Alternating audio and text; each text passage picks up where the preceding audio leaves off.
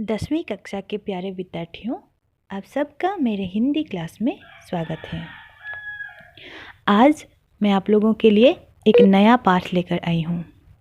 पाठ को प्रारंभ करने से पहले मैं आप लोगों को एक गीत गाकर सुनाना चाहती हूँ।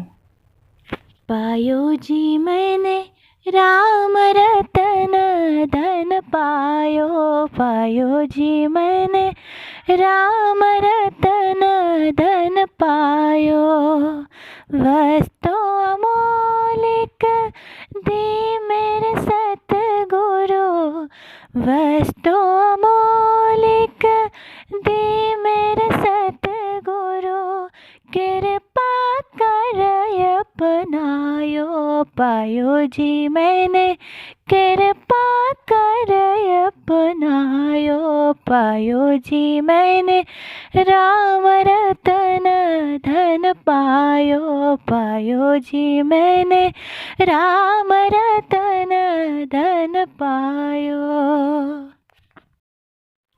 गीत को सुनकर आप लोग अंदाज़ा लगा ही चुके होंगे कि आज हम क्या पढ़ने वाले हैं। जी हाँ, आज हम पढ़ने वाले हैं मीराबाई के द्वारा लिखा हुआ कविता पदत्रय। कविता को पढ़ाने से पहले मैं आप लोगों को मीराबाई जी के बारे में कुछ बातें बताना चाहती हूँ। आप लोग ध्यान से सुनना। मीराबाई मीराबाई श्री कृष्ण भक्ति रस की महान कवयित्री थी। मीराबाई द्वारा विरचित गीत, पद हिंदी के साथ साथ भारतीय साहित्य की भी अमूल्य निधि है। मीराबाई का जन्म सन 1498 ईस्वी में मेरठा प्रांत के कुर्की नामक स्थान में हुआ था। राठौर वंश की मेरठिया शाखा में जन्म लेने वाली मीराबाई की बचपन में ही माता का निधन हो गया था और पिता राव रत्न सिंह भी युद्ध में व्यस्त रहने के कारण दादा राव दादाजी ने उन्हें पाला। दादाजी परम कृष्ण भक्त होने के कारण मीरा के दिल में भी कृष्ण भक्ति जागने लगी और कृष्ण को ही अपना आराध्य प्रभु एवं पति मान लिया। सन 1516 में मेवाड़ के महाराजा सांगा के ज्येष्ठ पुत्र कुंवर भोजराज के साथ मीराबाई का विवाह हुआ, परंतु दुर्भाग्यवश विवाह के 7 वर्ष बाद ही भोजराज जी का स्वर्गवास हो गया।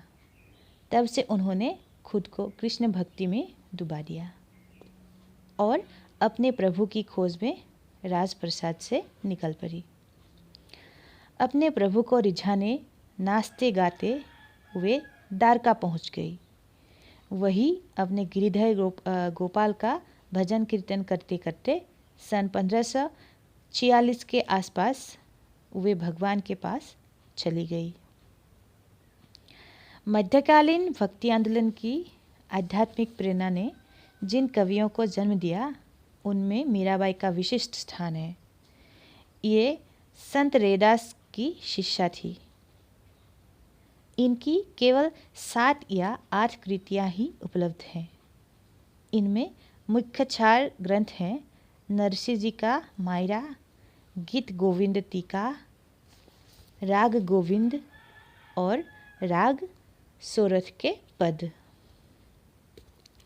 इसके अलावा उनके गीतों का संकलन मीराबाई की पदावली नाम से प्रसिद्ध है।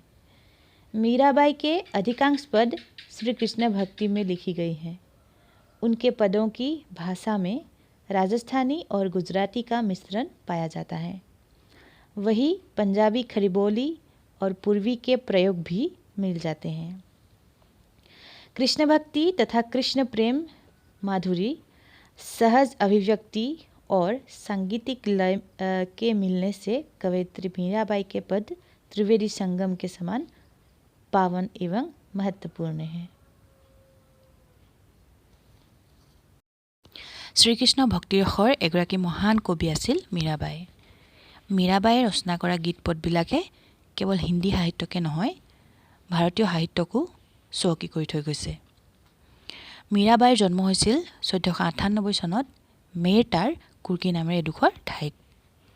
ৰাথোৰ বংশৰ মেৰতিয়া শাখাত জন্ম হোৱা মীৰাবাইৰ যেতিয়া সৰু হৈ আছিল তেওঁৰ শৈশৱ কালতেই মাতৃৰ বিয়োগ ঘটিছিল আৰু পিতাকো সেই সময়ত যুদ্ধ কৰিবলৈ গৈছিল মানে যুদ্ধত ব্যস্ত আছিল সেইবাবে ককাকেহে তেখেতক তুলি তালি ডাঙৰ দীঘল কৰিছিল আৰু ককাকৰ নাম আছিল ৰাও দাদাজী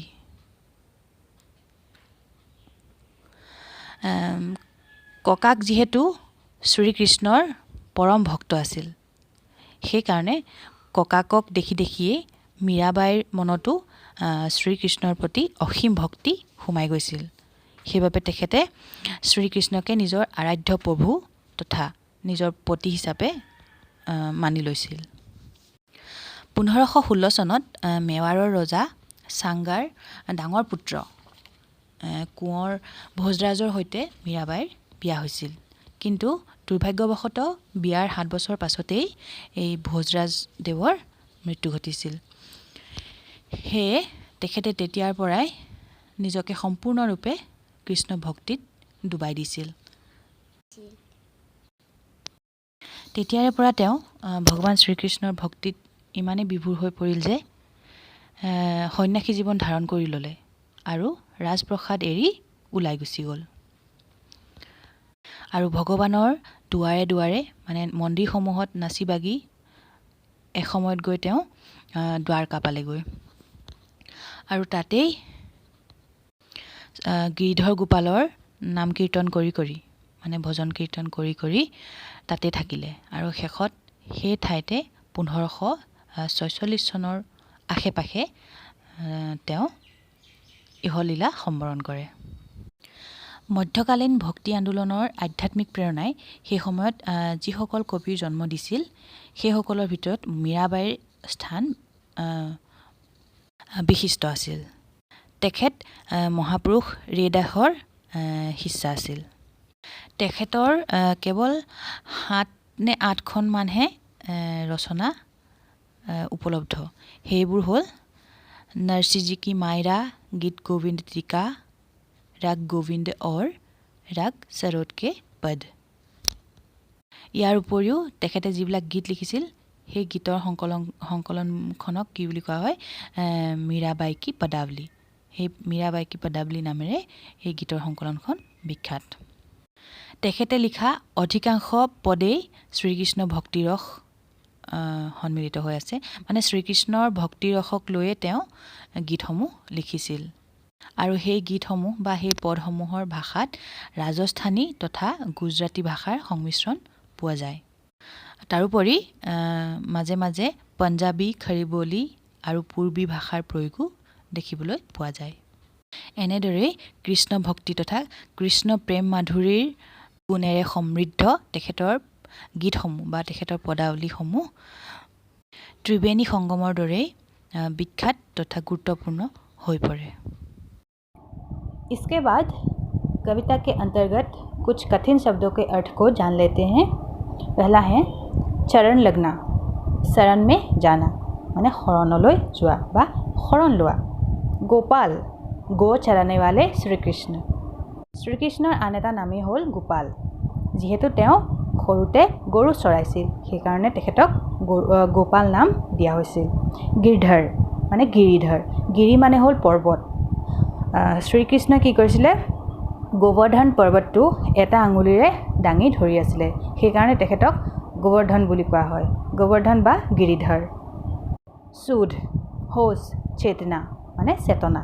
আশা আশা মানে আশা ন नहीं माने নহয় वेग तुरंत जल्दी शीघ्र माने সোনকাল मान मान सम्मान इज्जत माने सम्मान नित नित नित्य सदा माने सदाय को माने अक जेने राम को रामक ताही के उनके माने তেওঁৰ कृपा माने कृपा दर्शन दर्शन माने दर्शन सुध लीजिए खबर लीजिए माने खबर लोआ नागर चतुर भला মানে টেঙৰ, म्हारे हमारे মানে আমাৰ, पीरी पीली মানে হালধীয়া, और दूसरा মানে আৰু, तिहारो तुम्हारा মানে তোমাৰ, रासो रक्षा करो बचाओ মানে ৰক্ষা কৰা, मनुआ मनुष्य মানে মানুহ, राम विष्णु भगवान का एक अवतार कृष्ण, कृष्णर आन এটা नाम হ'ল राम, बहा दीजिए हृदय से दूर कर दीजिए মানে হৃদয়ৰ পৰা আঁতৰ কৰি দিয়া, रंग भीजे प्रभु कृष्ण के प्रेम रंग रस से सरोवर हो उठिए মানে প্ৰভু কৃষ্ণৰ প্ৰেমৰ ৰং ৰসেৰে সৰোবৰ হৈ উঠা।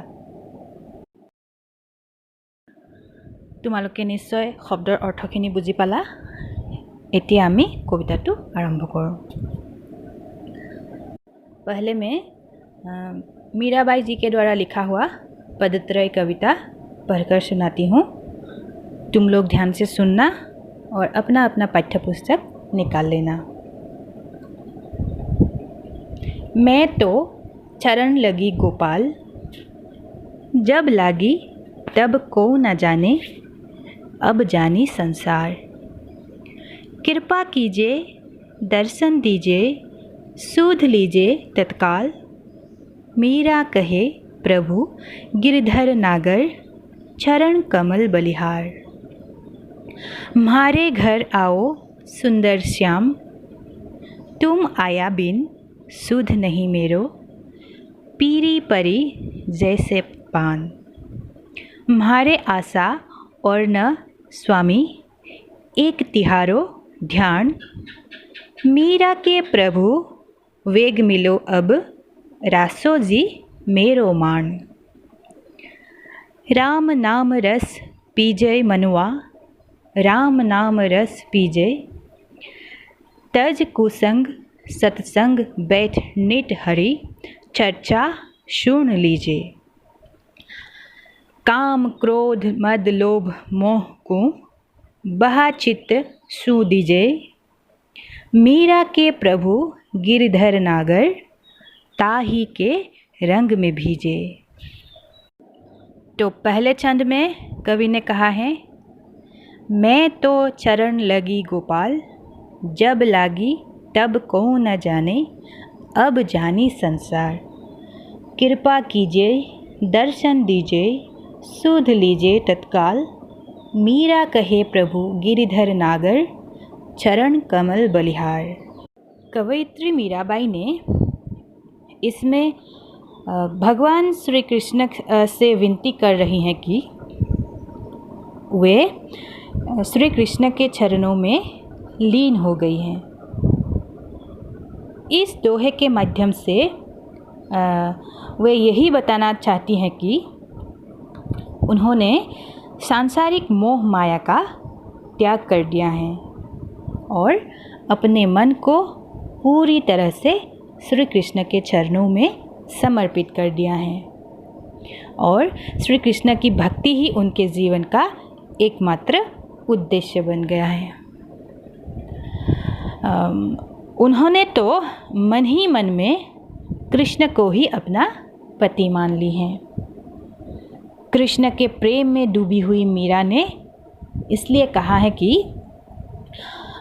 जब उनकी प्रेम गोपाल से आरंभ हुई थी तब इस बात की खबर किसी को नहीं थी, लेकिन बाद में पूरे संसार को यह बात मालूम हो गई।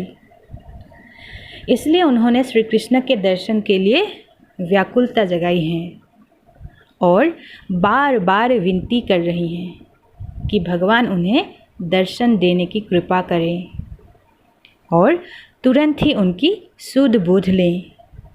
जे मीराबाईয়ে भगवान श्रीकृष्णर चरणत নিজকে সমৰ্পিত কৰি দিলে।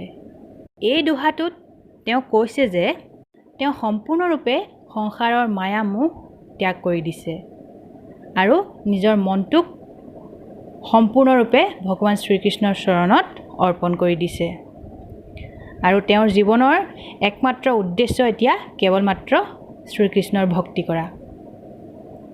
তেওঁ মনে মনে শ্ৰীকৃষ্ণক নিজৰ পতি বুলি ভাবি লৈছে আৰু তেওঁ কৈছে যে তেওঁৰ প্ৰেম যেতিয়া শ্ৰীকৃষ্ণৰ লগত আৰম্ভ হৈছে তেতিয়া সেই কথাখিনি সেই প্ৰেমৰ কথা কোনেও গম নাপাইছিল কিন্তু এতিয়া সমস্ত সংসাৰে মীৰাবাইৰ প্ৰেমৰ কথা গম পায় মীৰাবাই যে ভগৱান শ্ৰীকৃষ্ণকে নিজৰ পতি বুলি মানি লৈছে সেই কথাখিনি সকলোৱে এতিয়া গম পায় সেইকাৰণে কি কৰিছে মীৰাবাই ভগৱানক বাৰে বাৰে নিবেদন জনাইছে যে ভগৱানে আহি তেওঁক দৰ্শন দিয়ক আৰু অতি সোনকালে আহি তেওঁৰ খবৰ লওক दूसरे पद में उन्होंने लिखा है म्हारे घर आओ सुंदर श्याम तुम आया बिन सुध नहीं मेरो पीरी परी जैसे पान म्हारे आशा और न स्वामी एक तिहारो ध्यान मीरा के प्रभु वेग मिलो अब रासो जी मेरो मान इस दोहे के माध्यम से मीराबाई जी यही कहना चाहते हैं कि भगवान श्री कृष्ण उनके घर आए और उनकी मान रखे अर्थात वे अपने प्रभु श्री कृष्ण को घर पर आने के लिए प्रार्थना कर रही हैं क्योंकि मीरा ने अपने सारे रिश्ते नाते त्याग कर सिर्फ श्याम को ही अपना माना है और इस दुनिया में श्री कृष्ण के अलावा उनका और दूजा कोई भी नहीं है इसलिए श्री कृष्ण के दर्शन के लिए व्याकुल मीरा ने प्रार्थना की है कि भगवान उनके घर आए लेकिन भगवान उनकी प्रार्थना न सुनकर घर नहीं आने के कारण वह अपनी सूझ बूझ खो बैठी हैं कृष्ण के विरह में मीरा तो पके पान की तरह पीली पड़ गई हैं इसलिए मीरा श्याम को बार बार निवेदन कर रही हैं कि वे खुद घर आकर उनसे मिले और उनकी मान रखें तभी मीरा को चैन मिलेगा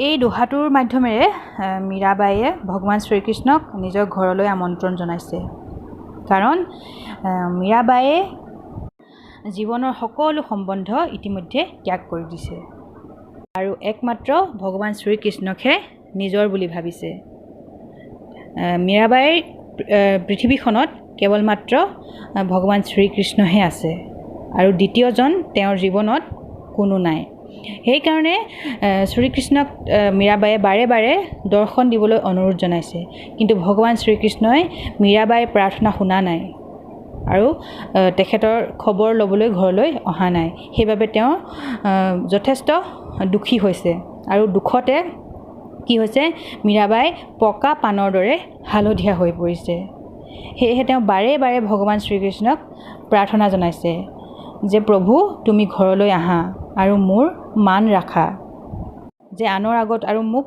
লাজ পাবলৈ নিদিবা তুমি মোৰ মান ৰাখা তুমি মোৰ ঘৰলৈ আহা আৰু মোক লগ কৰা তেতিয়াহে মই শান্তি পাম এই বুলি ভগৱানক मीराबाई प्रार्थना जनाइছে तीसरे पद में उन्होंने लिखा है राम नाम रस पीजे मनुआ राम नाम रस पीजे तज कुसंग सत्संग बैठ नित हरि चर्चा सुन लीजिए काम क्रोध मद लोभ मोह को बहा चित्त सू दीजिए मीरा के प्रभु गिरधर नागर ताही के रंग में भीजे अर्थात श्री कृष्ण की भक्ति में लीन रहने वाली मीराबाई जी ने इस दोहे के माध्यम से बताया है कि मनुष्य को भगवान राम अर्थात कृष्ण के भक्ति में डूब जाना चाहिए राम नाम का रस पान करके ही लोगों का जीवन सफल हो सकता है इसलिए कवयित्री ने राम नाम का रस पान करने के लिए सबको आह्वान किया है और उन्होंने कहा है कि सभी मनुष्य को कुसंग छोड़कर सत्संग में बैठकर कृष्ण का वर्णन कीर्तन सुनना चाहिए काम क्रोध लोभ मोह मद इन सब को मन से निकाल कर केवल मात्र मीरा के प्रभु श्री कृष्ण के भक्ति में सबको डूब जाना चाहिए, मतलब खो जाना चाहिए। কৈছে শ্ৰীকৃষ্ণৰ ভক্তিত আত্মহাৰা হৈ থকা মীৰাবাইয়ে এই দোহাটোৰ মাধ্যমেৰে কৈছে যে মানুহে কেৱল মাত্ৰ ভগৱানৰ ভক্তিতহে ডুব গৈ থাকিব লাগে, কেৱল মাত্ৰ ৰাম নামহে লৈ থাকিব লাগে, ৰাম নামৰ ৰস পান কৰিব লাগে। ৰাম নামৰ ৰস পান কৰিলেহে মানুহে জীৱনত আগবাঢ়ি যাব পাৰিব। তাৰ বাবে মানুহে কুসংগ এৰিব লাগিব আৰু সদায় সৎ সংগ ল'ব লাগিব। সৎ সংগ লৈহে মানুহে ভগৱান শ্ৰীকৃষ্ণৰ গুণানুকীৰ্তন কৰিব লাগে। লগতে কাম ক্ৰোধ আৰু লোভ মোহ মদ এনেবিলাক বস্তুৰ পৰা নিজকে মানুহে আঁতৰাই ৰাখিব লাগে। কেৱল মাত্ৰ ভগৱান শ্ৰীকৃষ্ণৰ ভক্তিতহে মানুহে ডুব গৈ থাকিব লাগে। এইখিনি কথাকে কবিয়ে এই দোহাটোৰ মাধ্যমেৰে ক'ব বিচাৰিছে। গতিকে আমি এই তিনিটা পদৰ মাধ্যমেৰে ইয়াকে বুজি পালোঁ যে মীৰাবাই ভগৱান শ্ৰীকৃষ্ণৰ শৰণাগত হৈছে আৰু ভগৱান শ্ৰীকৃষ্ণকে তেওঁ সৰ্বস্ব বুলি জ্ঞান কৰিছে। আনকি শ্ৰীকৃষ্ণক তেওঁ নিজৰ পতিৰূপে গণ্য কৰিছে। সেইবাবে ভগৱান শ্ৰীকৃষ্ণক তেওঁ নিজৰ ঘৰলৈ আমন্ত্ৰণো দিছে, কিয়নো শ্ৰীকৃষ্ণৰ আগমন অবিহনে তেওঁৰ জীৱন একেবাৰে প্ৰাণবিহীন। তেওঁ মাত্ৰ শ্ৰীকৃষ্ণলৈ অপেক্ষা কৰি আছে। ইয়াৰ লগতে তেখেতে মনুষ্যক আহ্বান জনাইছে যে মনুষ্যই ভুল পথ ত্যাগ কৰি সদায় সৎ পথেৰে ভগৱানৰ ভক্তিত লীন হৈ যাব লাগে, তেতিয়াহে মানুহৰ জীৱনটো সাৰ্থক হৈ উঠিব। এইখিনি কথাই এই তিনিটা পদৰ মাধ্যমেৰে মীৰাবাইয়ে আমাক কবিতাটো ইমানেই আছিল। তোমালোকে নিশ্চয় বুজি পাইছা। মই যিমান পাৰোঁ বুজাবলৈ তোমালোকক চেষ্টা কৰিছোঁ। তোমালোকে কেনে পালা জনাবা। যদি ভাল পালা কমেণ্ট বক্সত মোক জনালে মই সুখী হ'ম।